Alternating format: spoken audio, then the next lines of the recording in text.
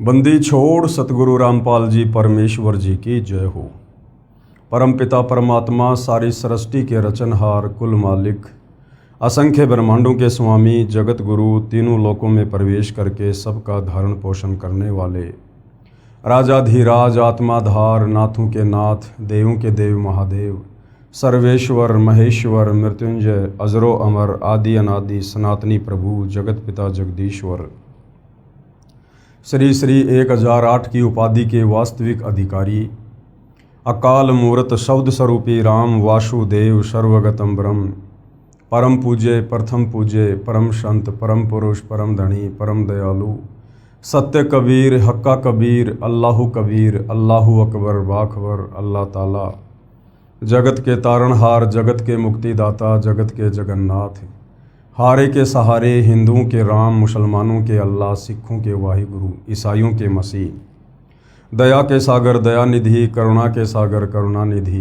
स्वयंभू परिभू, संकट मोचन, कष्ट हरण, मंगल करण, दुख भंजन, अविगत कबीर, निर्विकार निर्विषम परमात्मा, अलय अलेख सतगुरु, आदि अनादि सतगुरु, असली मर्यादा पुरुषोत्तम, असली राम, असली कृष्ण, असली घनश्याम, असली मुरारी, राजाओं के राजा, महाराजाओं के महाराजा, शहंशाहों के शहंशाह, सम्राटों के सम्राट, भगवानों के भगवान, अल्लाहों के अल्लाह, प्रभुओं के प्रभु, मसीहाओं के मसीह, सच्चे वाहिगुरु, बाबाओं के बाबा, पीरों के पीर, सेठों के सेठ, जगत सेठ, सावड़सा सेठ, सर्वगुण संपन्न, अनंत कोटि कलाओं के स्वामी, अनंत कोटि ब्रह्मांडों के नायक, योगियों में महायोगी, ध्यानियों में महाध्यानी, सिद्धों में परम सिद्ध, ज्ञानियों में तत्वज्ञानी, ब्रह्म ज्ञानी, महाज्ञानी, परम ज्ञानी, सर्वश्रेष्ठ ज्ञानी, विज्ञानी, युवा कबीर, समर्थ कबीर, असमवात, अमित ओजा, सच्चे रहनुमा, करीम अल्लाह, सुभान अल्लाह, दुनिया के अंतिम पैगंबर, 8 सितंबर 1951 से गांव धनाना, जिला सोनीपत, हरियाणा, भारतवर्ष की पावन भूमि पे प्रकट रियल कल की भगवान श्री नारायण साकार हरि, श्री बाबा साहेब, नूर अनंत परमात्मा, सच्चे दरवेश, सच्चे बाखबर, संत श्रोमणी सतगुरु रामपाल जी परमेश्वर जी के चरण कमल में आप और हम सभी भाई बहनों का अनंत कोटि दंडवत प्रणाम। सत्साई भाई और बहनों, बहुत बड़ी दया, बहुत बड़ी मेहर पूज्य गुरुदेव भगवान की, परमेश्वर रामपाल जी की, जिनके शुभ आशीर्वाद से, विशेष आशीर्वाद से, उन्हीं के सत्संगों के संग्रह के ऊपर बन चुकी पवित्र आध्यात्मिक पुस्तक कबीर बड़ा या कृष्ण के ऊपर वीडियो बनाने की श्रृंखला जारी है। इसी श्रृंखला में आज हमारा ये 20वें नंबर का वीडियो है। पूज्य गुरुदेव भगवान के आशीर्वाद से पवित्र पुस्तक कबीर बड़ा या कृष्ण के माध्यम से विशेषकर हिंदू समाज में उन तमाम आत्माओं को जो वास्तव में मोक्ष चाहती हैं, परमात्मा प्राप्ति चाहती हैं, उन्हें भक्ति और भगवान के विषय में, अध्यात्म के विषय में, शास्त्र अनुकूल सत्य साधना के विषय में वो सब कुछ जानने और समझने को मिल रहा है, जिसकी तलाश ये आत्मा युगों युगों से कर रही थी। परंतु हमारे नादान धर्मगुरु, जिन्हें हम बहुत बड़े विद्वान समझा करते थे, अनेक भाषाओं के प्रकांड ज्ञाता समझा करते थे, परंतु तत्व ज्ञान के अभाव में वे इन धर्मशास्त्रों से अध्यात्म का निष्कर्ष निकालकर समाज को नहीं दे पाए, जिस कारण से वो खुद भी इन शास्त्रों को ना समझ पाने के चलते, तत्व ज्ञान के अभाव से वे खुद भी लक 84 योनि में गए, जन्म और मरण के चक्कर में रहे, और युगों युगों से हम आत्माओं को भी इसी प्रकार से काल के जन्म और मरण के चक्कर में धकेलते आ रहे हैं। अब भाई और बहनों, ये कलयुग की बिचली पीढ़ी है, भक्ति का प्राइम टाइम है। परमपिता परमेश्वर कबीर साहिब जी के द्वारा निर्धारित किया गया ये समय है, और इस समय वो परमेश्वर सतलोक से चलकर गति करके सशरीर धरती पर 8 सितंबर 1951 को खुद ही प्रकट हुए हैं, और सन 1994 से अपने यथार्थ 13वें कबीर पंथ की शुरुआत करके और समाज को शास्त्र अनुकूल साधना प्रदान करने लगे हैं, और लाखों करोड़ों की संख्या में आत्माओं ने शास्त्र अनुकूल साधना को अपनाकर हर प्रकार की बुराइयों से भी अपना पीछा छुड़वाया है, और आत्मज्ञान के साथ साथ परमात्म ज्ञान की प्राप्ति भी कर रहे हैं। तो भाई और बहनों, जब तक हम सतगुरु रामपाल जी के प्रवचन नहीं सुनेंगे या उनके द्वारा लिखित पुस्तकों का अध्ययन नहीं करेंगे, तो हम अध्यात्म के विषय में कभी कुछ नहीं जान सकते। और सृष्टि रचना को जानना सुनना बहुत ज़रूरी है, क्योंकि सृष्टि रचना भक्ति मार्ग की नींव है, मूल है। और जब तक नींव कमज़ोर रहेगी हम ऊपर मकान नहीं बना सकते। अर्थात यदि अध्यात्म की नींव सृष्टि रचना को हम नहीं समझेंगे तो हम भक्ति मार्ग पर दृढ़ होकर नहीं लग सकते। तो इस पवित्र पुस्तक कबीर बड़ा या कृष्ण में हमारा जो टॉपिक चल रहा है वो है जनता की अदालत। जनता की अदालत में जज खुद जनता है, क्योंकि जनता पढ़ी लिखी है, शिक्षित है, अपनी आंखों से सर्व धर्मशास्त्रों को देखकर निर्णय कर सकती है कि हमारे धर्मशास्त्रों में अध्यात्म के विषय में क्या कुछ लिखा हुआ है। और मामला चल रहा है कबीर बड़ा या कृष्ण कि सुप्रीम गॉड कौन है, सारी सृष्टि का रचयिता कौन है, सर्व आत्माओं का उत्पत्ति करता कौन है। और गीता अध्याय 17 श्लोक नंबर 23 में जो ओम तत् सत 3 मंत्र हैं ये किस परमेश्वर के हैं। और गीता अध्याय 15 श्लोक नंबर 17 में जिस उत्तम पुरुष के विषय में बात की गई है कि उत्तम पुरुष है तू अन्य परमात्मा इति उदाहरते ये लोग तेरम अवश्य विवर्ति अव ईश्वरे। वो उत्तम परमेश्वर कौन है, सर्वोत्तम परमात्मा कौन है, सबसे सुप्रीम भगवान कौन है, जो तीनों लोकों में प्रवेश करके सबका धारण पोषण करता है। तो जनता की अदालत में श्री कृष्ण उर्फ विष्णु जी को उत्तम पुरुष बताते हुए उनके वकील साहिबान के रूप में हिंदू समाज के सर्व धर्मगुरु आचार्य शंकराचार्य खड़े हैं, और इधर कबीर जी को सुप्रीम गॉड बताते हुए कबीर जी के वकील सतगुरु रामपाल जी खड़े हैं। और सतगुरु रामपाल जी ने, जैसा कि आपने पिछले अनेक वीडियो में देख लिया है, उन्हीं हिंदू धर्म ग्रंथों का हवाला देकर कोर्ट में दिखाकर जिन हिंदू धर्म ग्रंथों का हवाला देकर ये नादान धर्मगुरु श्री कृष्ण जी को सुप्रीम गॉड साबित करने की नाकाम कोशिश कर रहे थे, सतगुरु रामपाल जी ने सर्व जनता की आंखें खोल दी कि तुम्हारे वेदों में, गीता जी में, पुराणों में सुप्रीम गॉड श्री कृष्ण उर्फ विष्णु को नहीं बल्कि कबीर जी को बताया गया है। अब जनता शिक्षित है, इसलिए अपनी आंखों से अपने ही धर्मशास्त्रों में सर्व प्रमाण देखकर जागरूक हो रही है और सतगुरु रामपाल जी से अध्यात्म के विषय में सवाल जवाब कर रही है। बहुत सारी प्रश्नोत्तरी आप जी देख चुके हैं, वीडियो बन चुके हैं। वर्तमान में जो जनता का सवाल है वो तीर्थों को लेकर है कि ये हमारे नादान धर्मगुरु हमें तीर्थों पर, धामों पर जाने की सलाह देते हैं कि वहाँ जाने से आपके पुण्य बनेंगे, आपको सांसारिक लाभ होंगे, आपकी घर गृहस्थी में लाभ होगा। तो जनता पूछ रही है कबीर जी के वकील सतगुरु रामपाल जी से, क्या इन धामों और तीर्थों पर जाने से कोई लाभ है, क्या कोई पुण्य प्राप्ति है। तो सतगुरु रामपाल जी ने सर्वप्रथम जनता को समझाया कि ये धाम क्या हैं, तीर्थ क्या हैं, क्यों बने हैं, पीछे का इतिहास क्या है। जब तक ये नहीं समझोगे आप वहाँ जाने से रुक नहीं सकते। तो किस प्रकार से ज्वाला देवी मंदिर बना, वैष्णो देवी मंदिर बना, किस प्रकार से जगन्नाथपुरी मंदिर बना, बद्रीनाथ बना, केदारनाथ बना, ये सारी जानकारी सतगुरु रामपाल जी ने समझाई है। जैसे शुक्र तीर्थ है, सरस्वती तीर्थ है, ये कैसे बने हैं ये जानकारी भी उन्होंने जनता को उन्हीं के पुराणों से दिखा कर समझाई है। तो अंत में फिर जनता ने कहा कि ये बात तो हमें आपकी समझ में आ गई कि इन धामों पर, इन तीर्थों पर जाने से कोई फायदा नहीं है, क्योंकि ये धाम और तीर्थ तो एक यादगार मात्र हैं। किसी साधु संत महात्मा ऋषि ने वहाँ बैठकर अपनी भक्ति तपस्या की थी, उसके बाद लोगों ने यादगार बनाए रखने के लिए कोई मंदिर बना दिया, आगे चलकर उसकी पूजा शुरू हो गई और नादान जनता वहाँ पुण्य प्राप्ति के लिए जाने लगी, जबकि वास्तव में शास्त्रों के अनुसार वो एक मनमाना आचरण है। तो अब आप हमें ये बताइए कि वास्तव में सबसे बढ़िया शुद्ध तीर्थ क्या है, जिस तीर्थ में स्नान करने से हमें पुण्य मिले, हमारी आत्मा का कल्याण हो जाए।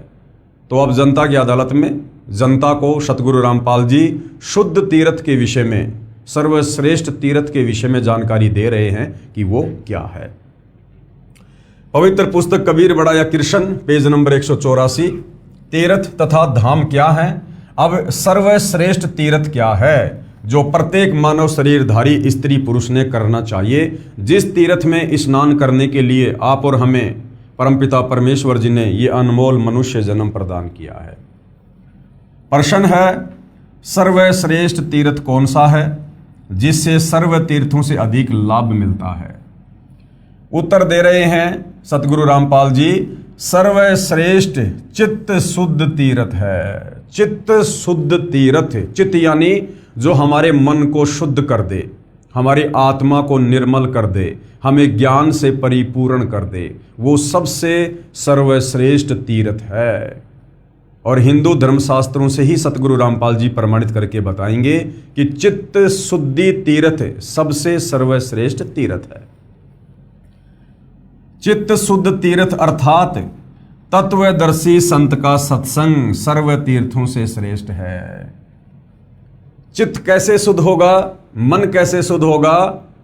गीता अध्याय 4 श्लोक 34 के अनुसार तत्वदर्शी संत के सत्संग सुनने से, जिसमें आत्मज्ञान और परमात्म ज्ञान दोनों का समावेश होता है और साथ में शास्त्र अनुकूल साधना भी साधक को मिलती है। श्री देवी पुराण 6ठा स्कंद अध्याय 10 पेज नंबर 417 पर लिखा है, हमारे ही धर्म ग्रंथों में, हमारे ही पुराणों में लिखा है कि सर्वश्रेष्ठ तीर्थ चित्त शुद्धि तीर्थ है। व्यास जी ने राजा जनमे जैसे कहा, राजन, ये निश्चय है कि तीर्थ देह संबंधी मैल को साफ कर देते हैं। कि ये जितने भी तीर्थ बने हुए हैं, किसी नदी के किनारे, किसी तालाब के किनारे, वहाँ जाकर जल में स्नान करने से हमारे शरीर का मैल तो साफ हो सकता है। और ये शरीर का मैल तो भाई और बहनों हम अपने घर में एक बाल्टी पानी की भर के बाथरूम में रख के ढंग से रगड़ रगड़ के नहाने से भी साफ कर सकते हैं। लेकिन जब तक हम चित्त शुद्धि तीर्थ में डुबकी नहीं लगाएंगे, तत्वदर्शी संत के प्रवचनों को नहीं सुनेंगे, तब तक हमारा चित्त शुद्ध नहीं हो सकता। किंतु मन के मैल को धोने की शक्ति तीर्थों में नहीं है।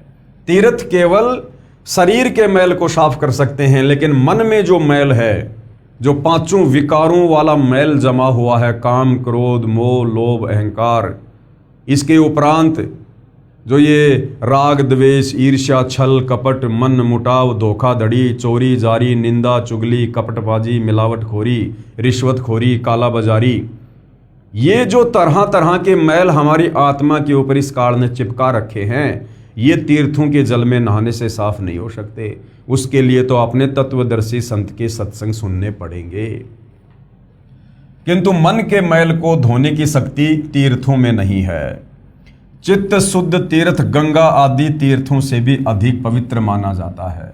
यदि भाग्यवश चित्त शुद्ध तीर्थ सुलभ हो जाए, क्योंकि भाई और बहनों सर्व पदार्थ है जगमाही और भाग बिना नर पावत नाई।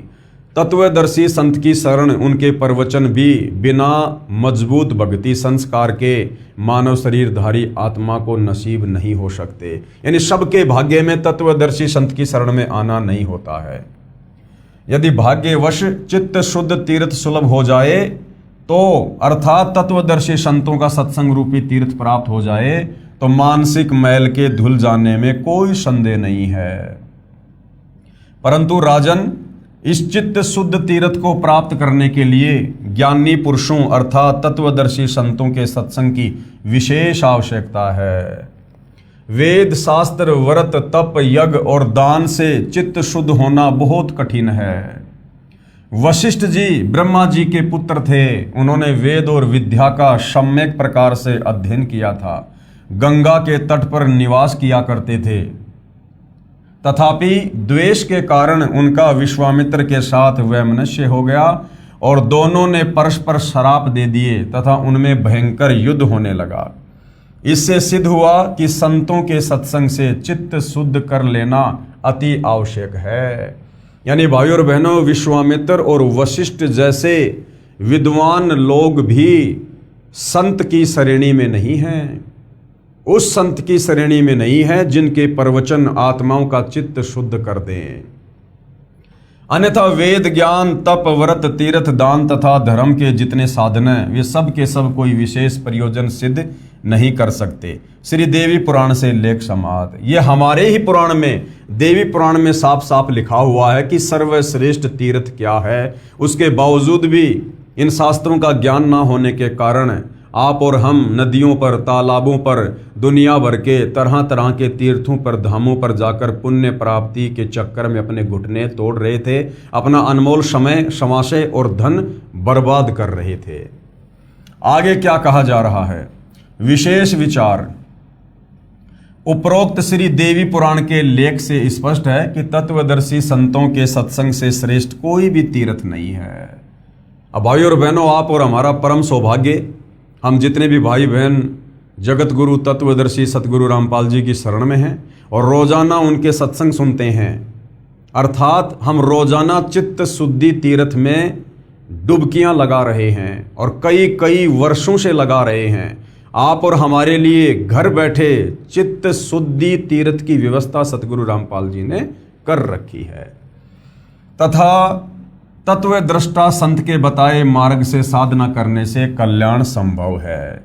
यानी सत्संग सुनने से तो हमारी आत्मा निर्मल होगी, हमारे विषय विकार छूटेंगे और फिर जब तत्वदर्शी संत से हम शास्त्र अनुकूल साधना प्राप्त करेंगे, भक्ति के यथार्थ मंत्र प्राप्त करेंगे, तीनों समय की आरती प्राप्त करेंगे, पांचों यज्ञ करेंगे, उसके बाद हमारी आत्मा का भी कल्याण होगा, अर्थात हमारा पूर्ण मोक्ष होगा।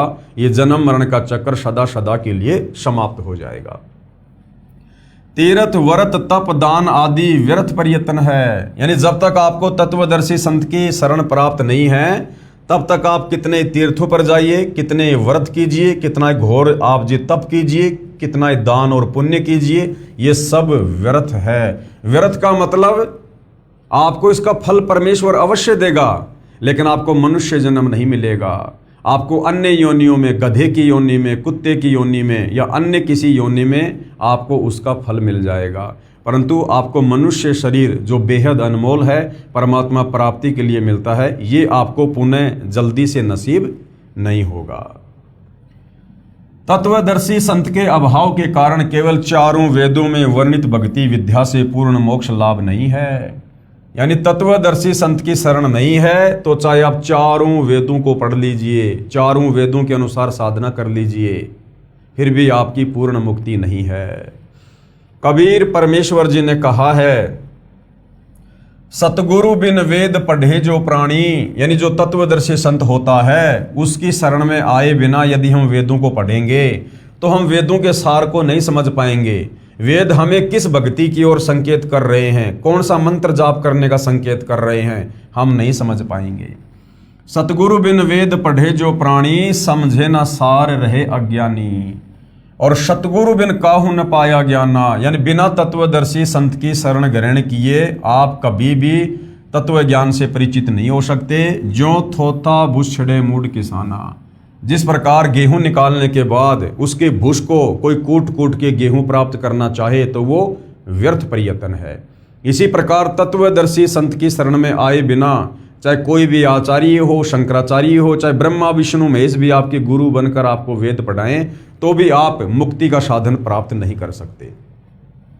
68 तीर्थ ब्रह्म ब्रह्म आवे, सब फल सतगुरु चरणा पावे। जो 68 प्रकार के तीर्थ हमारे नादान धर्म गुरुओं ने हिंदू श्रद्धालुओं को बता रखा है कि वहां जाने से पुण्य मिलेगा, मोक्ष होगा, आप उन 68 तीर्थों पर कितना ही भटक लीजिए, पूरी जिंदगी भटक लीजिए, जब तक आप तत्वदर्शी संत की शरण में नहीं आएंगे और शास्त्र अनुकूल साधना नहीं करेंगे आपकी मुक्ति लाख जन्म भी नहीं है। कबीर तीर्थ कर कर जग मुआ, उड़े पानी नहाए, सत नाम जपा नहीं काल घसीटे जाए। यानी बिना सच्चे नाम के जाप के लोग तीर्थों पर जा जाकर और अपना जीवन बर्बाद कर दिया, लेकिन उनको आत्म कल्याण की राह नसीब नहीं हुई। सूक्ष्म वेद अर्थात तत्व ज्ञान में कहा है कि 68 तीर्थ ब्रह्म ब्रह्म आवे, 100 फल सतगुरु चरणा पावे।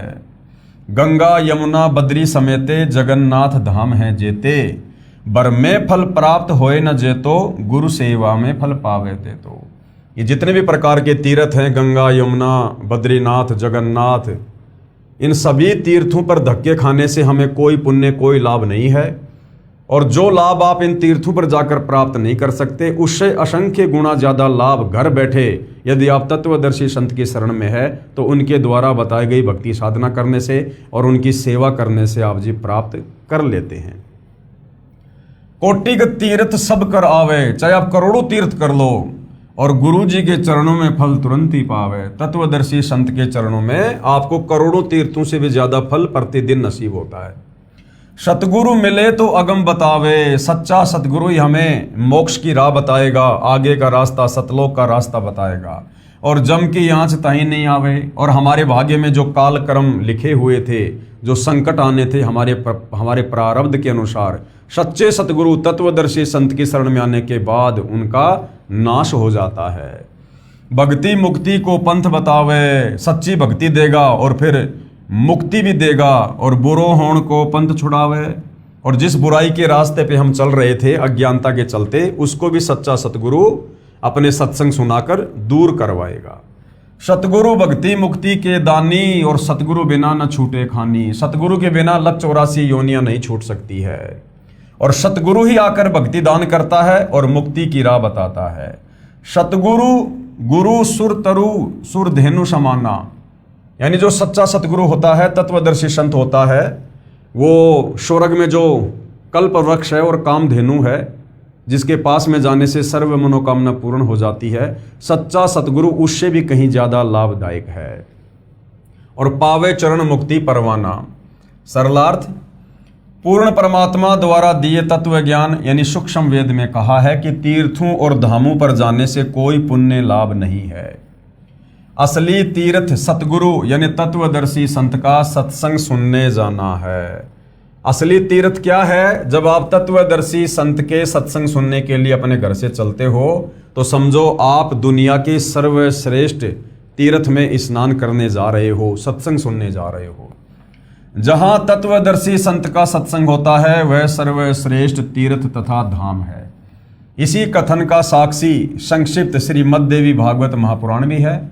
उसमें छठे स्कंद के अध्याय 10 में लिखा है कि सर्वश्रेष्ठ तीर्थ तो चित्त शुद्ध तीर्थ है। श्रीमद् देवी भागवत महापुराण यानी देवी पुराण में लिखा है कि सर्वश्रेष्ठ तीर्थ क्या है? चित्त शुद्धि तीर्थ। जहां तत्वदर्शी संत का सत्संग चल रहा है उसके अध्यात्म ज्ञान से चित्त की शुद्धि होती है। शास्त्रोक्त अध्यात्म ज्ञान तथा शास्त्रोक्त भक्ति विधि का ज्ञान होता है। अब जैसे आप जी इस पवित्र पुस्तक कबीर बड़ा या कृष्ण के ऊपर वीडियो देख रहे हैं तो समझो आप जी चित्त शुद्धि तीर्थ में स्नान कर रहे हो। ये दुनिया का सबसे सर्वश्रेष्ठ तीर्थ है। चाहे आप सतगुरु रामपाल जी के प्रवचन सुन लीजिए, चाहे उनकी पुस्तकों का अध्ययन कर लीजिए, या उनकी पुस्तकों को यदि कोई पढ़ा रहा हो, ज्ञान बता रहा हो, या आपस में तत्वदर्शी संत की कोई ज्ञान चर्चा हो रही हो और आप सुन रहे हैं तो समझ लीजिए आप चित्त शुद्धि तीर्थ में स्नान कर रहे हैं, जिससे जीव का कल्याण होता है। क्योंकि सत्संग सुनने से हमें ज्ञान होगा कि मनुष्य जन्म क्यों मिला है और हमें क्या करना चाहिए। अन्य तीर्थ मात्र भ्रम है। वहां जाने से केवल हम अपने समय का और धन का दुरुपयोग करेंगे। हम काल के द्वारा जो भ्रमणाएं फैलाई जा चुकी हैं अध्यात्म को लेकर, हम उससे बाहर नहीं निकल सकते। इसी पुराण में लिखा है यानी श्रीमद् देवी भागवत महापुराण में लिखा है कि सतगुरु रूप तीर्थ मिलना अति दुर्लभ है। सूक्ष्म वेद में बताया है कि सतगुरु तो कल्प वृक्ष तथा कामधेनु के समान है।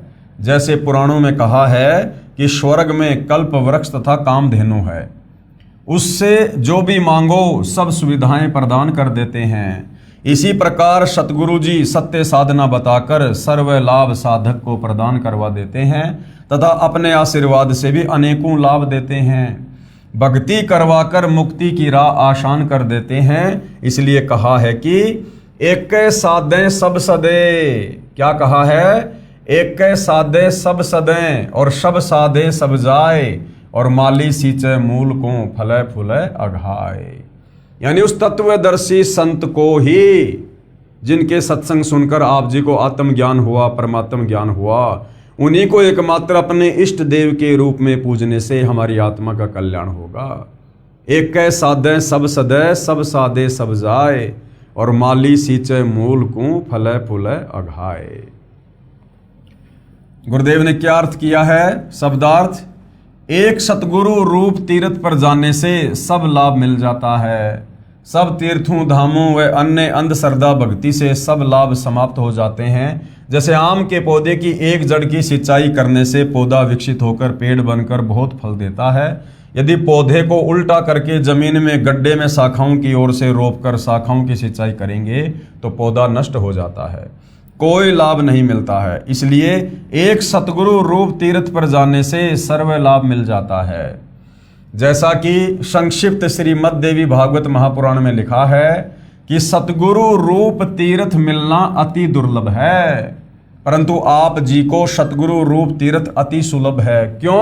क्योंकि वर्तमान में वो सतगुरु, वो तत्वदर्शी संत गीता अध्याय 4 श्लोक 34 वाला जो कंप्लीट सृष्टि रचना को जानता है, जो वास्तव में पूर्ण मोक्ष की विधि जानता है, गीता अध्याय 17 श्लोक 23 में पूर्ण परमेश्वर की प्राप्ति के जो 3 मंत्र हैं, ओम तत् सत, जिसे उसके रहस्य का पता, उसके भेद का पता है, वो तत्वदर्शी संत वर्तमान में धरती पर सतगुरु रामपाल जी हैं। इसलिए वर्तमान में इस पृथ्वी पर जितने भी मानव शरीरधारी प्राणी हैं, ये उनका परम सौभाग्य है कि उनको चित्त शुद्धि तीर्थ सुलभ है। और परमेश्वर ने सोशल मीडिया दे रखी है, घर बैठे आप जेब से मोबाइल निकालकर रोजाना सतगुरु रामपाल जी के सत्संग सुनकर चित्त शुद्धि तीर्थ में डुबकी लगा सकते हैं। यह दास यानी गुरुदेव अपने लिए कह रहे हैं कि विश्व में एकमात्र सतगुरु यानी तत्वदर्शी संत है। आओ और सत्य भक्ति प्राप्त करके जीवन सफल बनाओ। आप जी को फिर ध्यान दिला दूं कि गीता शास्त्र का ज्ञान चारों वेदों ऋग्वेद, यजुर्वेद, सामवेद तथा अथर्ववेद का सारांश है। यानी जो पवित्र गीता जी है वो चारों वेदों का निष्कर्ष है, उनका सार रूप है, संक्षिप्त रूप है। वेदों का ज्ञान पूर्ण परमात्मा यानी परम अक्षर ब्रह्म का दिया हुआ है, यानी कबीर परमेश्वर जी का दिया हुआ है इस काल को, अक्षर पुरुष को, जो काल ब्रह्म के अंतःकरण में डाला गया था। काल ब्रह्म के श्वासों द्वारा उसके शरीर से बाहर आया था, जिसका कुछ अंश काल ब्रह्म ने जानबूझकर समाप्त कर दिया था। यानी जो ज्ञान परमपिता परमेश्वर जी ने, कबीर देव जी ने इस काल ब्रह्म को दिया था, यहाँ 21 ब्रह्मांड में आने के बाद जब समय अनुसार इसकी श्वासों से वेद बाहर प्रकट हुए, जब इसने वेदों को पढ़ा तो पता चला कि इसमें तो भैया तेरे विषय में बहुत कुछ लिखा हुआ है। तेरा नाम काल कैसे पड़ा, तुझे प्रतिदिन 1 लाख मानव शरीरधारी आत्माओं के सूक्ष्म शरीर से निकली हुई वासना खाने का श्राप कैसे लगा, तेरा ये रूप बिगड़ा हुआ क्यों है, ये सारी जानकारी उस ज्ञान में थी। तो इसने जल्दबाजी में उस ज्ञान को नष्ट कर दिया जो इसके पाखंड की पोल खोल रहा था, और बाकी का ज्ञान इसने समुद्र मंथन के माध्यम से श्री ब्रह्मा जी को, जो इसका सबसे बड़ा बेटा है, यानी ब्रह्मा विष्णु महेश इस काल ब्रह्म के ज्योति निरंजन के बेटे हैं, तो इसने समुद्र मंथन में वो ज्ञान ब्रह्मा जी को प्रदान कर दिया। ब्रह्मा जी ने उस ज्ञान को पढ़ा, लेकिन तत्व ज्ञान के अभाव में, तत्वदर्शी संत के अभाव में ब्रह्मा जी निष्कर्ष नहीं निकाल पाए। और जैसा ब्रह्मा जी को समझ में आया, ब्रह्मा जी ने आगे अपने वंशज ब्राह्मणों को, धर्म गुरुओं को देना शुरू कर दिया। अब जब ब्रह्मा जी को समझ में नहीं आया तो उसके वंशजों को कहाँ से समझ में आ जाता। उन वंशजों ने उस ज्ञान को आगे प्रचारित करना शुरू कर दिया। आगे चल के कालांतर में श्री वेद व्यास जी के द्वारा 4 वेदों के रूप में, 4 पुस्तकों के रूप में उस वेद ज्ञान को लिपिबद्ध कर दिया गया, जो आज आप और हमारे सामने है। शेष अपने पुत्र ब्रह्मा जी को दे दिया। श्री कृष्ण द्वैपायन जी ने यानी वेद व्यास जी ने इसको 4 भागों में ऋग्वेद, यजुर्वेद, सामवेद तथा अथर्ववेद में बांट दिया, यानी 4 पुस्तकें बना दी, जिस कारण से उनको वेद व्यास यानी वेदों का विस्तारक कहा जाने लगा। यही ज्ञान श्रीमद् भगवद गीता में काल ब्रह्म ने श्री कृष्ण जी के शरीर में प्रवेश करके कहा था। इसलिए गीता का ज्ञान परमात्मा का बताया है, पुराणों का ज्ञान श्री ब्रह्मा जी तथा ऋषियों का अपना अनुभव है। पुराणों में जो ज्ञान गीता और वेदों से नहीं मिलता वह शास्त्र विरुद्ध है, उसको आधार मानकर साधना करना बेकार है। चारों वेदों, 4 वेद कौन से हैं? ऋग्वेद, यजुर्वेद, सामवेद तथा अथर्ववेद, तथा इन्हीं के सार रूप गीता में केवल ब्रह्म, जिसे काल ब्रह्म भी कहा जाता है, ज्योति पुरुष, केवल काल ब्रह्म तक की साधना का ज्ञान है। चारों वेदों में केवल ब्रह्मा विष्णु महेश के पिता और दुर्गा के पति इस काल ब्रह्म ज्योति निरंजन क्षर पुरुष की साधना का ही ज्ञान है। केवल इसी का एक ओम मंत्र विशेषकर चारों वेदों में और पवित्र गीता जी में है। इन शास्त्रों में परम अक्षर ब्रह्म अर्थात उस परमेश्वर की साधना का ज्ञान नहीं है, जिसके विषय में गीता ज्ञान देने वाले ने गीता अध्याय 18 श्लोक 62 में कहा कि हे भारत, तू सर्वभाव से उस परमेश्वर की शरण में जा, उसकी कृपा से ही तू परम शांति को तथा सनातन परम धाम को प्राप्त होगा। यानी खुद ये ब्रह्मा विष्णु महेश का पिता गीता का ज्ञान देते समय श्री कृष्ण जी के शरीर में प्रवेश करके अर्जुन को कह रहा है कि अर्जुन, यदि तुझे मेरे द्वारा फैलाए गए जाल से, जन्म और मरण के षड्यंत्र से, लग 84 योनियों के कष्ट से बाहर निकलना है, तो गीता अध्याय 18 श्लोक 62 में कह रहा है कि भाई तू किसी तत्वदर्शी संत की शरण में जा, तू सर्वभाव से उस परमेश्वर की शरण में जा। यानी अपने से अन्य किसी और सर्वश्रेष्ठ परमात्मा की शरण में जाने की सलाह अर्जुन को दे रहा है। जहाँ जाने के बाद यानी उस परमेश्वर के लोक शतलोक में जाने के बाद साधक फिर लौटकर वापस संसार में नहीं आता, यानी मेरे किस ब्रह्मांड में फिर वो जन्म मरण में नहीं आता है। उस परमेश्वर का ज्ञान जानने के लिए गीता अध्याय 4 श्लोक 32 और 34 में कहा है कि उस तत्व ज्ञान को स्वयं परमेश्वर ने अपने मुख कमल से बोलकर वाणी द्वारा बताया है। वह तत्वदर्शी संतों के पास जाकर समझ कि भैया वो कंप्लीट ज्ञान अर्जुन मेरे पास भी नहीं है। यानी गीता ज्ञानदाता ने हाथ खड़े कर दिए। जिस गीता ज्ञानदाता को हिंदू समाज सर्वश्रेष्ठ ज्ञानी और भगवान मानकर पूज रहा है, श्री कृष्ण और विष्णु को, उसने भी हाथ खड़े कर दिए कि भैया उस सर्वश्रेष्ठ परमात्मा की प्राप्ति का और उसके सतलोक में जाने का कंप्लीट ज्ञान मुझे भी नहीं है।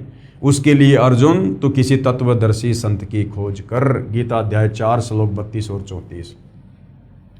इससे सिद्ध है कि गीता में न तो ये ज्ञान है कि वह परमेश्वर कौन है तथा न उसकी प्राप्ति की साधना का वर्णन है, परंतु गीता का ज्ञान अपने स्तर का सत्य ज्ञान है। जैसे 10वीं कक्षा तक का सिलेबस है वह उस स्तर का तो सत्य है, परंतु BA तथा MA का नहीं है। वह सूक्ष्म वेद यानी तत्व ज्ञान में है। जो ज्ञान चारों वेदों में और पवित्र गीता जी में नहीं है, उस परमपिता परमेश्वर सारी सृष्टि के सर्जनहार सबके धारण पोषण करता कबीर परमेश्वर के विषय में, वो ज्ञान 5वें वेद सूक्ष्म वेद में है। वो ज्ञान तत्व ज्ञान में है और वो तत्व ज्ञान तत्वदर्शी संत के पास है। सूक्ष्म वेद 5वां संपूर्ण वेद है, जिसमें गीता वेदों व पुराणों वाला ज्ञान भी है जो इनमें नहीं है, वह ज्ञान भी है। वर्तमान में सूक्ष्म वेद का संपूर्ण ज्ञान विश्व में मेरे यानी लेखक के अलावा किसी को नहीं है। यानी वर्तमान में ये कोई भाई और बहनों अतिशोक्ति नहीं है। वर्तमान में सतगुरु रामपाल जी के अलावा इस पूरी पृथ्वी पर छोड़िए, इस पूरे 21 ब्रह्मांड में किसी को तत्व ज्ञान की छींट नहीं है। हाँ, अब तो उनसे ज्ञान प्राप्त करके, उनसे उपदेश प्राप्त करके लाखों करोड़ों की संख्या में लोग तत्व ज्ञान से परिचित हो चुके हैं, परंतु जब से सतगुरु रामपाल जी ने अपने मार्ग की शुरुआत की थी सन 1994 से, उससे पहले इस पृथ्वी पर आप कोई ऐसा साधु संत महात्मा ऋषि आचार्य शंकराचार्य देवी देवता ब्रह्मा विष्णु महेश कोई भी बता दीजिए जिसको कंप्लीट सृष्टि का ज्ञान हो, जिसको कंप्लीट अध्यात्म ज्ञान हो, जिसके पास कंप्लीट मोक्ष मंत्र हो। श्रीमद् भगवत गीता में पितर व भूत पूजा व देवता पूजा करने का परिणाम बताया है कि भूत व पितर बनेंगे, अगर श्राद्ध निकालेंगे, भूत पूजेंगे तो भूत बनेंगे, तथा देवताओं के पुजारी देवताओं को प्राप्त होंगे, यानी उनके नौकर लगेंगे। जो जिनकी पूजा करता है उसी के लोक में जाता है।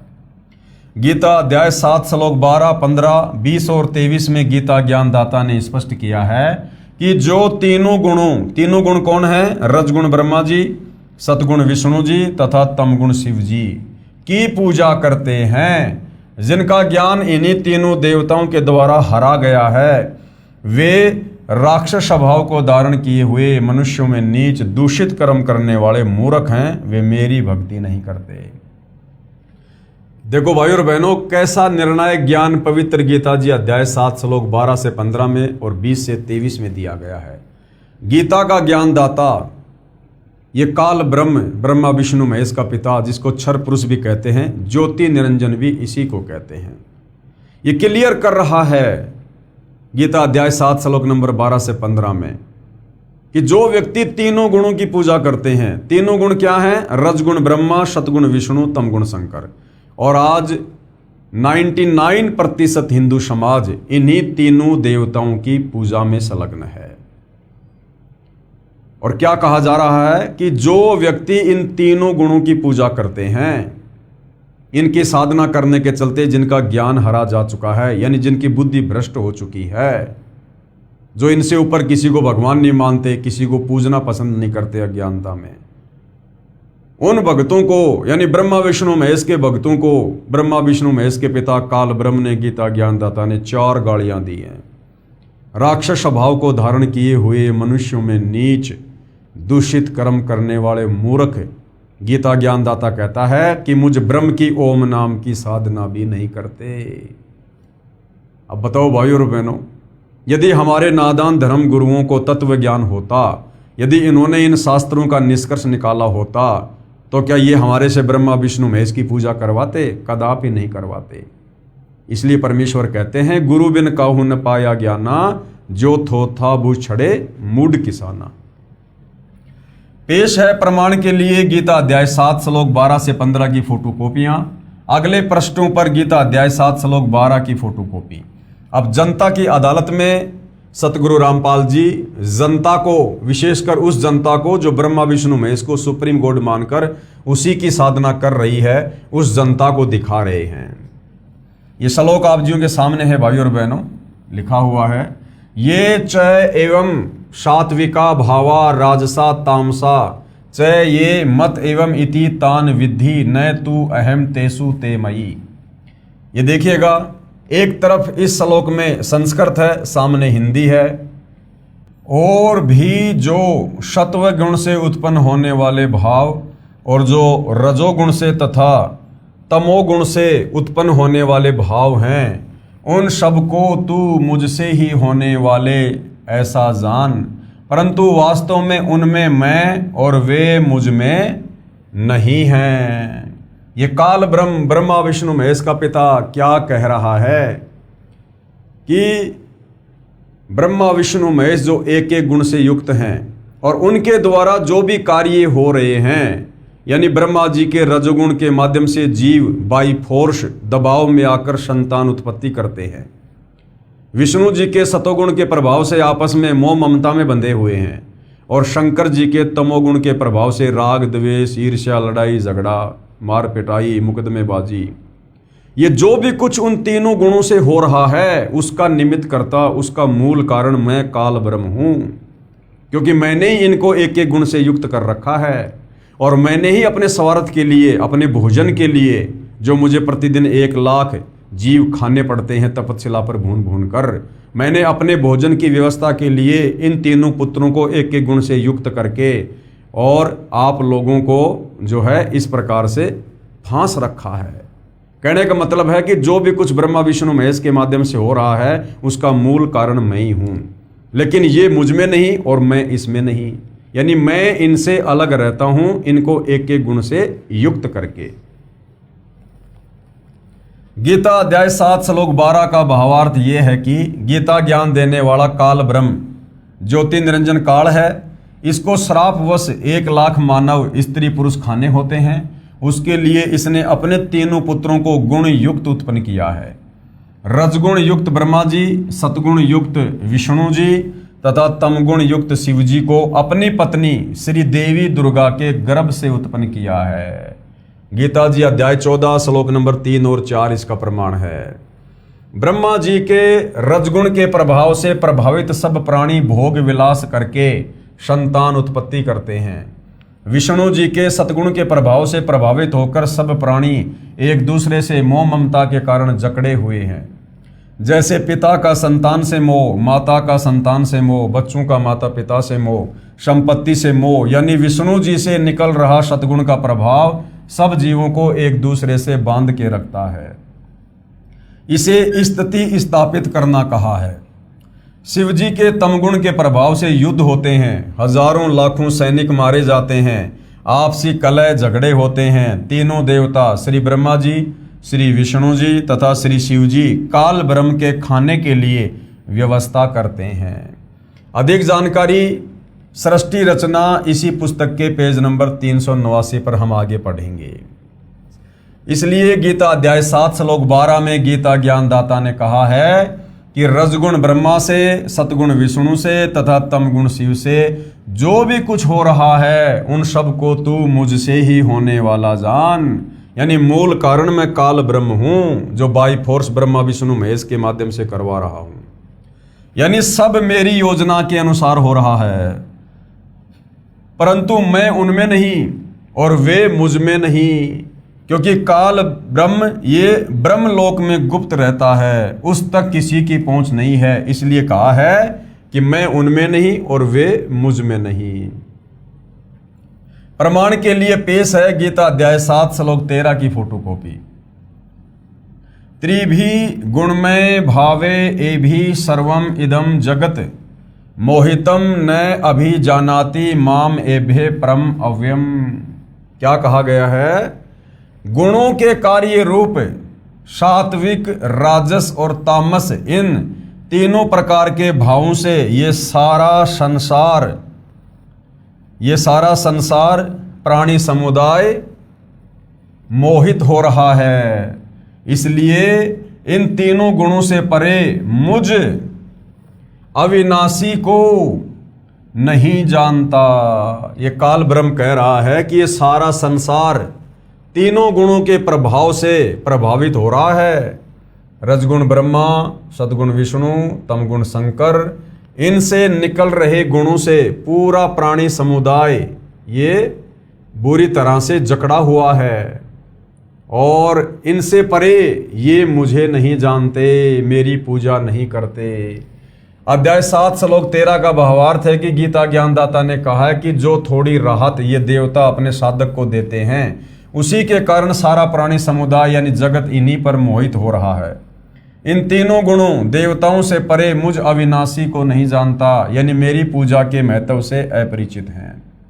इन तीनों देवताओं का जाल मेरे से उत्पन्न है। ये मेरी माया बड़ी दुस्तर है। जो पुरुष केवल मुझको भजते हैं वे इस माया यानी तीनों देवताओं का उल्लंघन कर जाते हैं, यानी इनकी भक्ति नहीं करते, इनके पास न जाकर मेरे ब्रह्मलोक में चले जाते हैं। इसके कहने का मतलब है यदि ब्रह्मा विष्णु महेश की पूजा को त्याग कर अगर मुझ काल ब्रह्म की ओम नाम की साधना की जाए तो मैं आपको लंबे समय के लिए ब्रह्मलोक में रहने के लिए जगह दे देता हूँ। और भाइयों और बहनों, इस काल की ओम नाम की साधना करके जो साधक इसके ब्रह्मलोक में जाते हैं, जो 21 ब्रह्मांड की सर्वश्रेष्ठ उपलब्धि है, वो कितने दिन रहेंगे वहाँ पर? केवल 1 कल्प तक। और 1 कल्प का समय गुरुदेव ने कितना बताया? ब्रह्मा जी का 1 दिन, यानी 1008 चतुर्युग तक आप जी ओम नाम की साधना करके आप इस काल के ब्रह्मलोक में रह सकते हो, केवल ब्रह्मा जी के 1 दिन तक। उसके बाद फिर आपको नीचे पटका जाएगा गीता अध्याय 8 श्लोक 16 के अनुसार कि ब्रह्मलोक पर्यंत सर्वलोक पुनरावर्ती में है, यानी ब्रह्मलोक में गया हुआ साधक भी वापस जन्म और मरण में आता है, लक 84 में जाता है, तपतशिला का कष्ट भोगता है, नरक की यातना सहन करता है। पेश है प्रमाण के लिए गीता अध्याय 7 श्लोक 14 की फोटोकॉपी। देवी ही ऐसा गुणमयी मम माया दुरत्या माम एवं ये परपदन्ते मायाम एताम तरंती ते। क्या कहा गया है? क्योंकि यह अलौकिक अर्थात अति अद्भुत त्रिगुणीमयी मेरी माया, यानी ये ब्रह्मा विष्णु महेश के माध्यम से जो पूरे संसार को जकड़े हुए है, ये त्रिगुणीमयी माया ये बड़ी दुस्तर है, यानी बड़ी खतरनाक है। परंतु जो पुरुष यानी जो भगत केवल मुझको ही निरंतर भजते हैं, यानी ओम नाम की साधना करते हैं, काल को भजते हैं, वे इस माया को उल्लंघन कर जाते हैं, अर्थात संसार से तर जाते हैं। यहां पर तर जाने का मतलब ये नहीं है कि उनका मोक्ष हो जाता है। ब्रह्मा विष्णु महेश की साधना से थोड़ा सा उत्तम लाभ वो काल की साधना करके ब्रह्मलोक में जाके प्राप्त कर सकते हैं। बस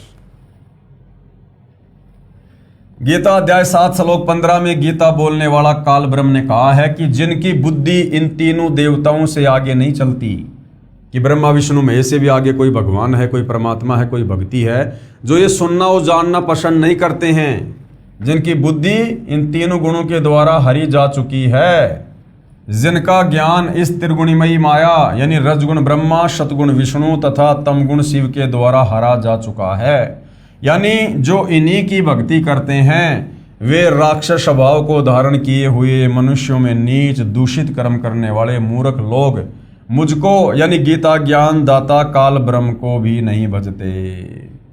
कहाँ प्रमाण है? प्रमाण के लिए पेश है गीता अध्याय 7 श्लोक 15 की फोटोकॉपी। नए माम दुष्कृतिन मूढ़ा प्रबदन्ते नराधमा मायमा अपहेत ज्ञाना आशुरम भावम आश्रिता। माया के द्वारा यानी ब्रह्मा विष्णु महेश की भक्ति के द्वारा, वो त्रिगुणी माया रजगुण सतगुण तमगुण के द्वारा जिनका ज्ञान हरा जा चुका है, ऐसे आशुर स्वभाव को धारण किए हुए मनुष्यों में नीच दूषित कर्म करने वाले मूढ़ लोग मुझको नहीं भजते। इसी संबंध में कुछ घटनाएं पेश हैं। यानी गीता अध्याय 7 श्लोक 12 से 15 में गीता ज्ञानदाता काल ब्रह्म ने अपने तीनों पुत्रों रजगुण ब्रह्मा, सतगुण विष्णु और तमगुण शंकर की भक्ति पूजा करने वालों को जो 4 गालियां दी हैं, राक्षस स्वभाव को धारण किए हुए मनुष्यों में नीच दूषित कर्म करने वाले मूर्ख, ऐसा क्यों कहा है उसके विषय में कुछ उदाहरण पेश किए जा रहे हैं कि ब्रह्मा विष्णु महेश के साधकों की क्या स्थिति है।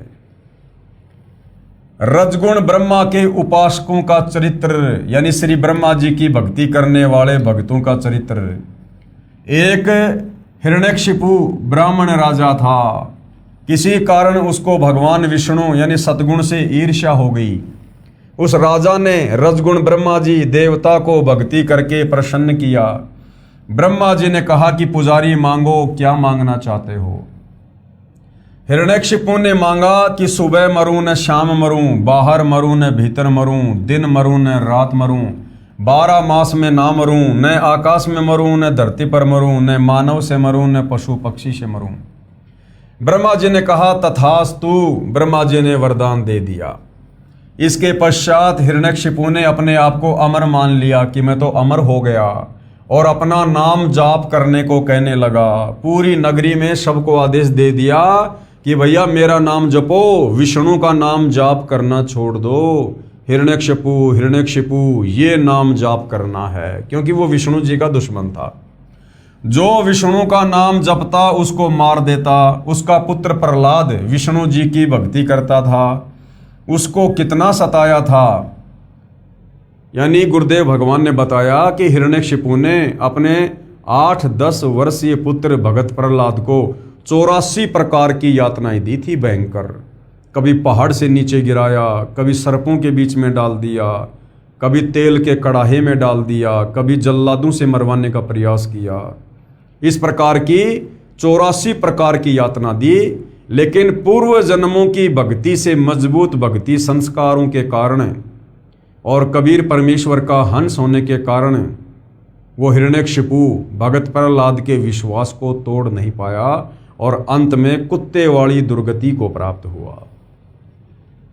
उसका पुत्र प्रहलाद विष्णु जी की भक्ति करता था, उसको कितना सताया था। हे धर्मदास, यानी धर्मदास जी को कबीर परमात्मा जिंदा बाबा के रूप में बता रहे हैं कि हे धर्मदास, कथा से तो आप परिचित हैं। भावार्थ है कि रजगुण ब्रह्मा का भगत हिरण्यकशिपु राक्षस कहलाया, कुत्ते वाली मौत मारा गया।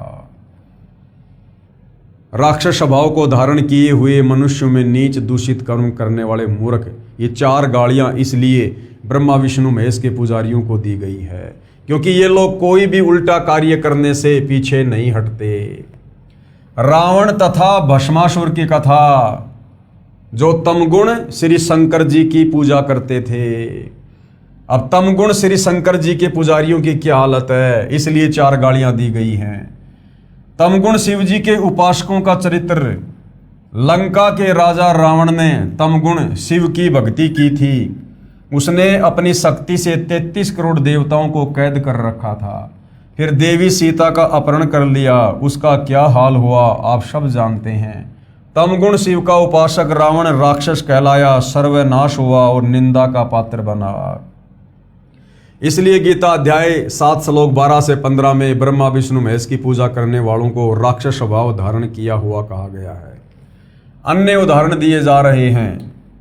आप जी को भस्मासुर की कथा का ज्ञान तो है ही। भगवान शिव यानी तमोगुण की भक्ति भस्मागिरी करता था।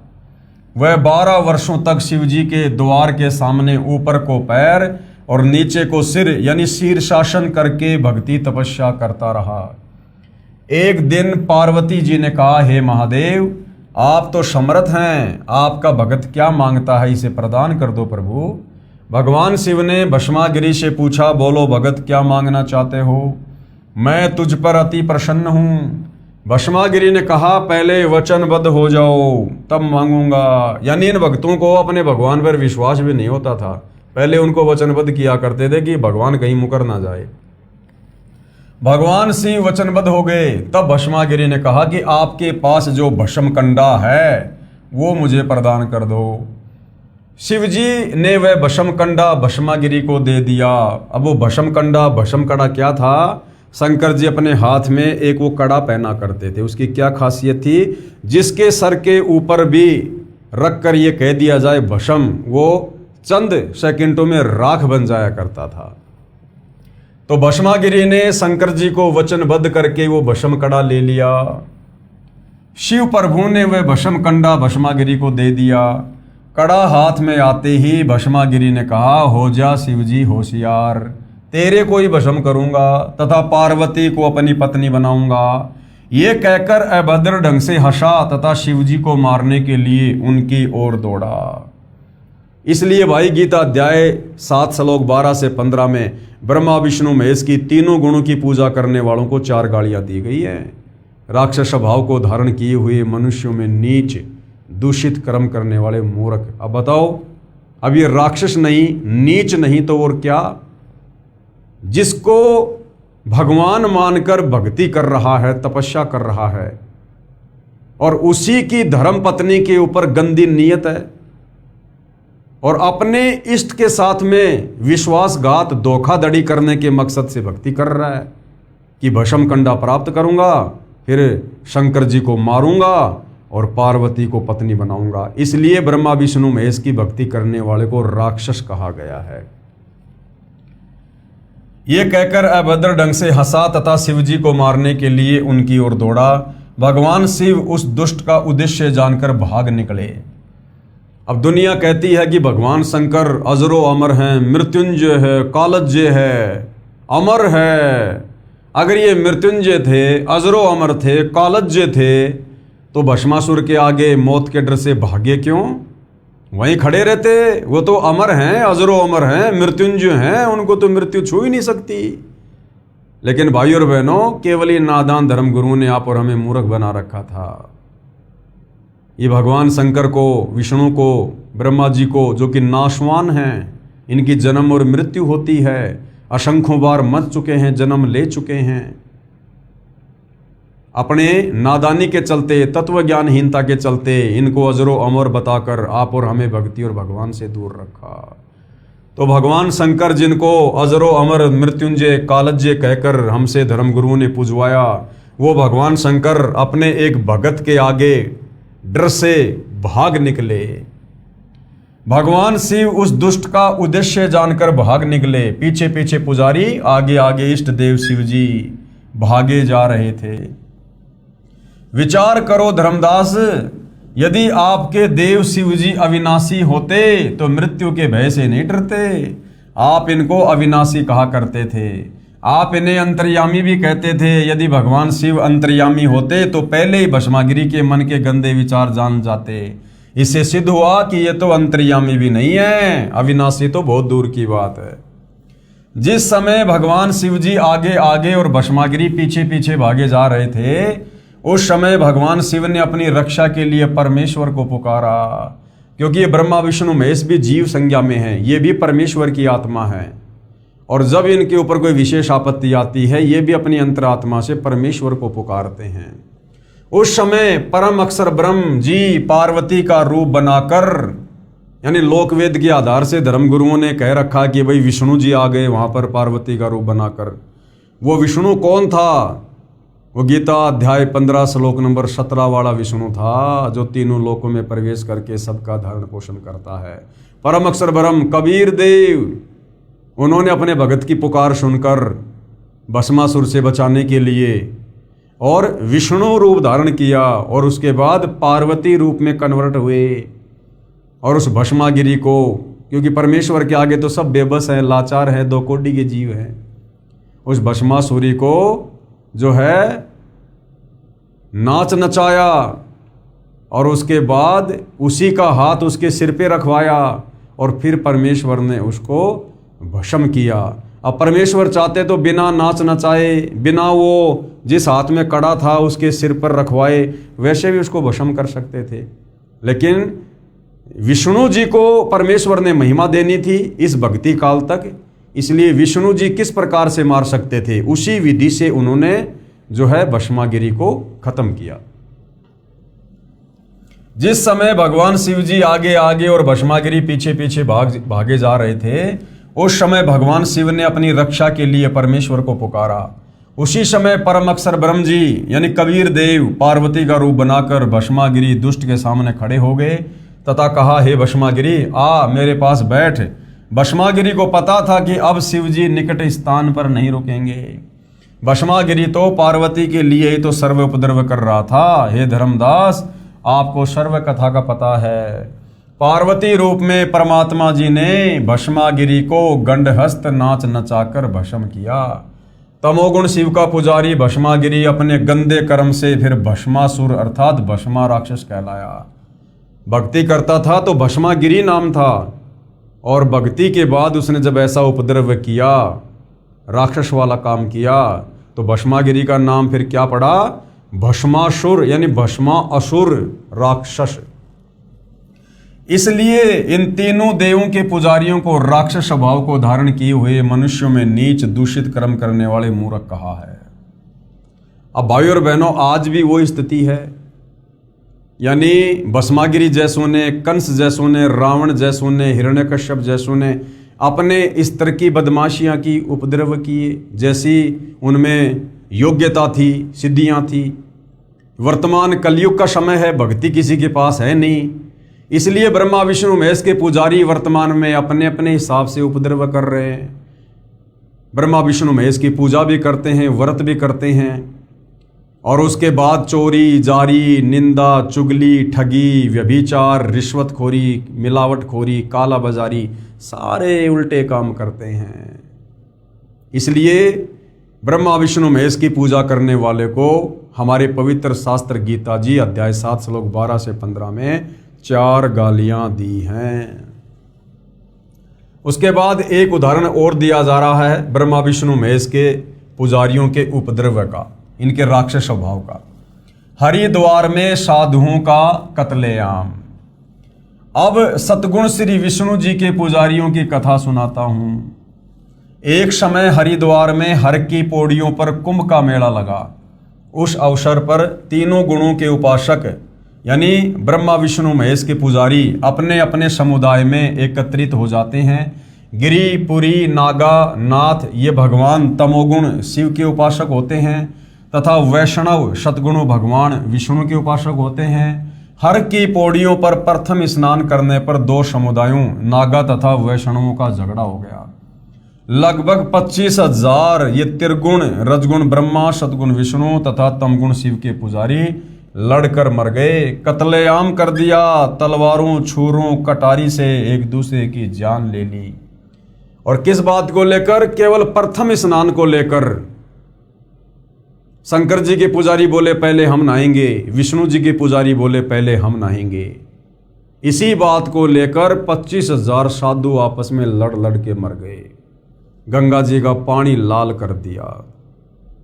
अब बताओ भाइयों और बहनों, ब्रह्मा विष्णु महेश के पुजारियों को ये गीता ज्ञानदाता 4 गालियां ना दे तो क्या इनके गले में माला पहनाकर सम्मानित करे। इसलिए इनको राक्षस स्वभाव को धारण किए हुए मनुष्यों में नीच, दूषित, कर्म, मूर्ख कहा गया है। और यही कारण है, आज देखिए ब्रह्मा विष्णु महेश की पूजा करते करते भी हिंदू समाज में आप जाइए पुलिस स्टेशन में कितनी FIR मिलेंगी, आप जाइए कोर्ट में कितने मुकदमे मिलेंगे, राग द्वेष ईर्ष्या में आकर लड़ाई झगड़ा मार पिटाई, छोटी छोटी बातों को लेकर, जमीन को लेकर, मकान को लेकर, धोखाधड़ी को लेकर दुनिया भर के मुकदमे दर्ज हैं। इसलिए इनको राक्षस स्वभाव को धारण किए हुए मनुष्यों में नीच और दूषित कर्म करने वाले मूर्खों की संज्ञा दी है। तो सूक्ष्म वेद में यानी आदरणीय गरीबदास जी की वाणी में क्या लिखा गया है? तीर तुपक तलवार कटारी जमधड़ जोर बधावे हैं, हर पैड़ी हर हेत नहीं जाण्या वहां जहां तेग चलावे हैं। काटे शीस नहीं दिल करुणा ये जग में साध कहावे हैं, और जो जन इनके दर्शन को जावे उनको भी नरक पठावे हैं। हे धर्मदास, उपरोक्त सत्य घटनाओं से सिद्ध हुआ कि रजगुण ब्रह्मा जी, सतगुण विष्णु जी तथा तमगुण शिव जी की पूजा करने वालों को गीता अध्याय 7 श्लोक 12 से 15 में राक्षस स्वभाव को धारण किए हुए मनुष्यों में नीच, दूषित कर्म करने वाले मूर्ख कहा है। परमेश्वर जिंदा जी के मुख कमल से उपरोक्त कथा सुनकर धर्मदास जी का सिर फटने को हो गया।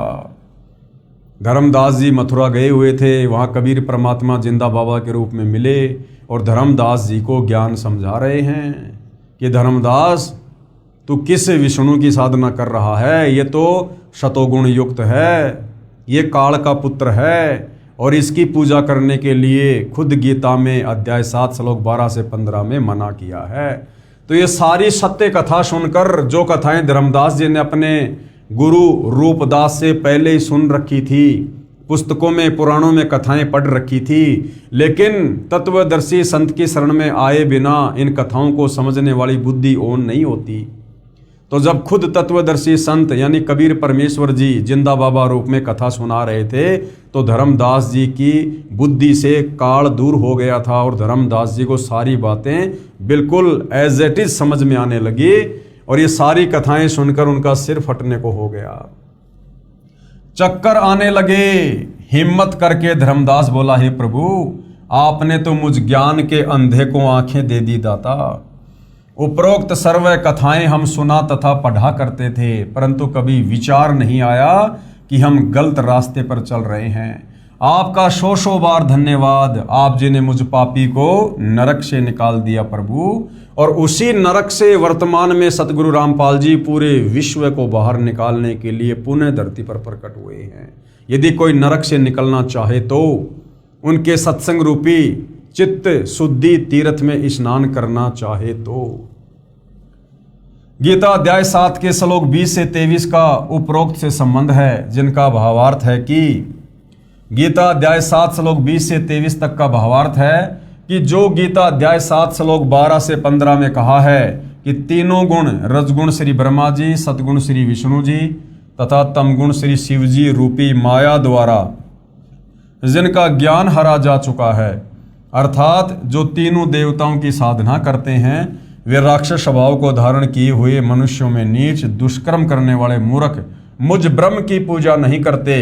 इसी के संबंध में गीता अध्याय 7 श्लोक 20 और 23 में कहा है कि जिनका ज्ञान उपरोक्त तीनों देवताओं द्वारा हरा जा चुका है, वे अपने स्वभाववश उन्हीं देवताओं की पूजा मनोकामना पूर्ण करने के मकसद से करते हैं। अर्थात गीता ज्ञानदाता कह रहा है, क्या कह रहा है कि मेरे से अन्य देवताओं की पूजा करते हैं। जो भगत जिस देवता की पूजा करता है उसकी श्रद्धा मैं ही उस देवता के प्रति दृढ़ करता हूं। उस देवता के पुजारी को भी मेरे द्वारा उस देवता को दी गई शक्ति से ही प्राप्त होता है, परंतु उन मंद बुद्धि वालों अर्थात मूर्खों का वह फल नाशवान है, यानी वो नरक जाने से नहीं बच सकते। देवताओं के पूजने वाले देवताओं को प्राप्त होते हैं, यानी देवताओं के लोक में जाकर उनके नौकर बनते हैं, उनके गण बनते हैं, और मेरे भगत मुझे प्राप्त होते हैं। काल कह रहा है कि मेरी ओम नाम की साधना करने वाला मुझे प्राप्त होता है, यानी ब्रह्म लोक में जाता है। भावार्थ है कि जो ब्रह्मा विष्णु तथा शिव की पूजा या अन्य किसी देव की पूजा करते हैं, उन देवताओं की पूजा का फल नाशवान है, अर्थात वह पूजा व्यर्थ है। पेश है गीता अध्याय 7 श्लोक 20 से 23 की फोटोकॉपी। कामे तय तय हत ज्ञाना प्रपदन्ते अन्य देवता तम तम नियमम आस्ताये प्रकृत्या नियतः शवैया। उन भोगों की कामना द्वारा जिनका ज्ञान हरा जा चुका है, वे लोग अपने स्वभाव से प्रेरित होकर उस नियम को धारण करके अन्य देवताओं को भजते हैं अर्थात पूजते हैं। गीता अध्याय 7 श्लोक 21 की फोटोकॉपी। ये याम याम तनुम भक्तय श्रद्धा अर्चितुम इच्छति तस्से तस्से अचलाम श्रद्धाम ताम एवं विदधामि अहम। जो सकाम भगत जिस जिस देवता के स्वरूप को श्रद्धा से पूजना चाहता है, उस भगत की श्रद्धा को मैं उसी देवता के प्रति स्थिर करता हूं।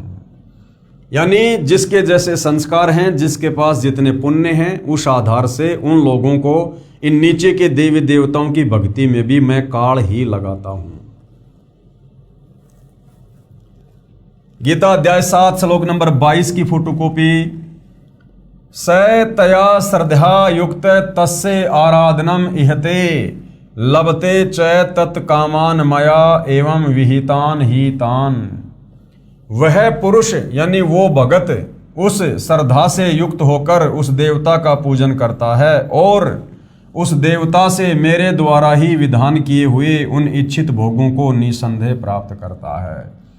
यानी जिस प्रकार कोई किसी सरपंच के साथ में बहुत अच्छे संबंध रखता है, या एक गांव का सरपंच जो लाभ गांव वालों को दे सकता है, तो उस प्रांत का मुख्यमंत्री ये कह सकता है कि उस सरपंच से मिलने वाला लाभ भी मेरे द्वारा ही दिया जाता है। यानी वो सरपंच अपनी तरफ से एक फूटी कोड़ी भी गांव वालों को नहीं दे सकता। सरपंच को ऊपर से मिलता है, स्टेट से मिलता है, जिस कारण से वो आगे वितरित करता है। इसी प्रकार ये देवी देवता अपनी जेब से किसी को फूटी कोड़ी का लाभ नहीं दे सकते।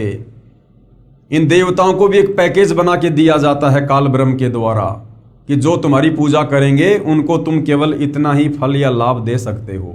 तो ये काल ब्रह्म कह रहा कि जो इन देवी देवताओं की भी पूजा करते हैं ना, और जो थोड़ा बहुत लाभ ये प्राप्त करते हैं, वो लाभ भी मेरे द्वारा ही पैकेज बना के दिया जाता है। गीता अध्याय 7 श्लोक 23 की फोटोकॉपी। अंतवत तु फलम तेषाम तत् भवति अल्पमेध साम देवान देव यज यान्ति मध्यका यान्ति माम अपि। परंतु उन अल्प बुद्धि वालों का वह फल नाशवान है तथा वे देवताओं को पूजने वाले देवताओं को प्राप्त होते हैं, और मेरे भगत चाहे जैसे ही भजें अंत में मुझको ही प्राप्त होते हैं। अब भाइयों और बहनों, गीता में ब्रह्म काल की भक्ति भी अनुत्तम अर्थात घटिया कही गई है।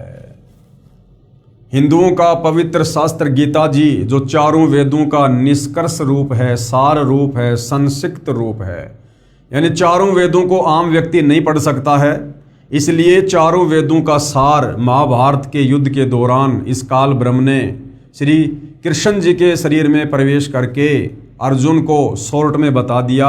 आगे चलकर श्री वेद व्यास जी के द्वारा उसको गीता रूप ग्रंथ में लिपिबद्ध कर दिया गया, जो आज आप और हमारे कर कमलों में है। तो इस पवित्र गीता जी में जो ना केवल हिंदुओं का अपितु पूरे विश्व के मानव समाज का सर्वश्रेष्ठ ग्रंथ है, क्योंकि जिस समय भाइयों और बहनों धरती पर कोई भी धर्म नहीं था, उस समय ये वेद थे और इन वेदों के अनुसार ही सभी साधना करते थे। द्वापर युग तक भी जब ये गीता का ज्ञान बोला गया, धरती पर कोई धर्म अलग से नहीं था, हिंदू मुस्लिम सिख ईसाई कोई धर्म नहीं था। आगे चलकर यानी लगभग 3-3.5 वर्षों में इन सारे धर्मों का जन्म काल प्रेरणा से हुआ है। आप और हमें भक्ति में उलझाए रखने के लिए, आप और हमें पाखंड पूजा में उलझाए रखने के लिए, अपने अपने धर्म को, जातियों को, संप्रदाय को, समुदाय को सर्वश्रेष्ठ समझकर, और जब वो तत्वदर्शी संत धरती पर प्रकट हो तो उस समय कोई उसकी बात ना माने और अपने अपने धर्म अपनी अपनी पुस्तकों और ज्ञान को सर्वश्रेष्ठ मानकर उसी अज्ञान में उलझे रहे। तो ये काल का सुनियोजित षड्यंत्र था। तो इसी पवित्र गीता जी में जो चारों वेदों का सार है, इसमें इस काल ब्रह्म की यानी गीता का ज्ञान देने वाले की, ब्रह्मा विष्णु महेश के पिता की जो ओम नाम की साधना है, गीता अध्याय 8 श्लोक 13, ओम इति एक अक्षर ब्रह्म व्यवहारण माम अनुशमरण ये परियाति तजन देहम सयाति परमाम गतम। यानी चारों वेदों में और गीता जी में जो ओम नाम की साधना है काल ब्रह्म की, वो साधना भी व्यर्थ है, बेकार है, घटिया है, अनुतमाम है। ये काल ब्रह्म खुद गीता अध्याय 7 श्लोक 18 में कह रहा कि अर्जुन मेरी साधना भी अनुत्तम है, घटिया है। मेरी साधना से, ओम नाम की साधना से भी साधक पूर्णतया जन्म मरण से मुक्त नहीं हो जाता। लक 84 योनि में जाने से, गधा कुत्तर सुअर बनने से, नरक भोगने से नहीं बच सकता। तो ये क्यों कह रहा है, किस अध्याय में लिखा है, और यदि इसकी साधना भी अनुत्तम है, घटिया है, तो फिर सर्वश्रेष्ठ साधना किस प्रभु की है? इन तमाम बातों की जानकारी जनता की अदालत में कबीर जी के वकील सतगुरु रामपाल जी दे रहे हैं, और इस विषय को हम अगले वीडियो में देखेंगे। क्योंकि भाइयों और बहनों, सदियों से उलझा हुआ ये आध्यात्मिक ज्ञान है, और अभी तक हमें जो भी धर्मगुरु मिला केवल हमारे को शास्त्र विरुद्ध साधना बताने वाला ही मिला। और इस अज्ञान को एक से नहीं, दो से नहीं, सैकड़ों धर्मगुरुओं के मुख से, कथाओं के माध्यम से, पुस्तकों के माध्यम से सुनने के चलते हमारे अंतःकरण में अज्ञान जमा हो चुका है। इस अज्ञान को मिटाने के लिए आप और हमने चित्त शुद्धि तीर्थ में डुबकी लगानी ही पड़ेगी। तत्वदर्शी संत सतगुरु रामपाल जी के सत्संग सुनने पड़ेंगे, उनके द्वारा लिखित पुस्तकों को पढ़ना पड़ेगा, तब जाकर ये अज्ञान धीरे धीरे छूटेगा। तो नेक्स्ट टॉपिक में जनता की अदालत में इस विषय पर हम चर्चा करेंगे कि गीता ज्ञानदाता काल ब्रह्म भी अपनी ओम नाम की साधना को घटिया क्यों बता रहा है। तब तक भाई और बहनों, परमपिता परमेश्वर हम सबको आज्ञा दें, सद्बुद्धि दें, हमारा मार्गदर्शन करें। बंदी छोड़ सतगुरु रामपाल जी परमेश्वर जी की जय हो।